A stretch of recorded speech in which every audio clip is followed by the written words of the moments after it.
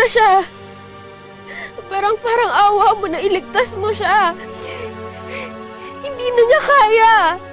Huwag ka sa akin makiusap, Princess. Hindi ko kagagawa na nailagay sa bote si Elfino. Si Jeffrey ang sisihin mo dahil ayaw niya magpatalo kay Inoy. Ay, Princess, napakadami talagang hadlang sa inyo ni Inoy. Hindi talaga kayo para sa isa't isa. Wala talagang patutunguhan ng pagmamahalan niyo, kundi ang kamatayan ng isang duwendeng nagpakatanga sa pag-ibig. Hindi. Hiniwala ako. Makakataka si Inoy. Makakataka siya dyan.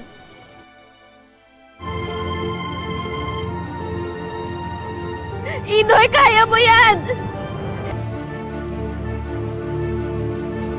Inoy! Pepay, kahit na ano bang sabihin mo, hindi ka niya marinig. Kaya mo yan! Makakalabas ka dyan, Inoy!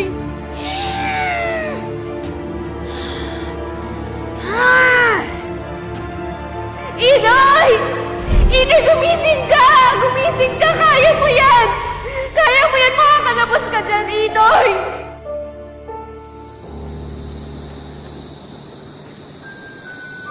Inoy. Pepay. Inoy, lumaban ka. Gumising ka, Inoy. Gumising ka. Inoy, wag mo akong iiwanan. Hindi ko kayang mawala ka. Pepay? Mahal mo na ba ako? Hindi ko naman kailangan sabihin pa. Kasi alam ko nararamdaman mo naman. Inoy, manggagaling yan sa puso mo. Lumaban ka.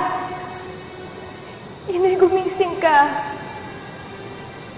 Lumaban ka naman para sa akin.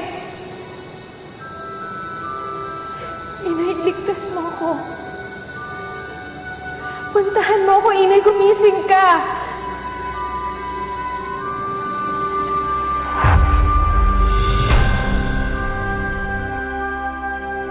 Inoy! Nagising si Inoy! Inoy, lumabas ka dyan! Kaya may lakasan mo! Lakasan mo! Tumahimik ka! Inoy, sige! Lakasan mo, makakalabas ka na! Konti na lang! Sige, lakasan mo pa! Sinabi lang manahimik!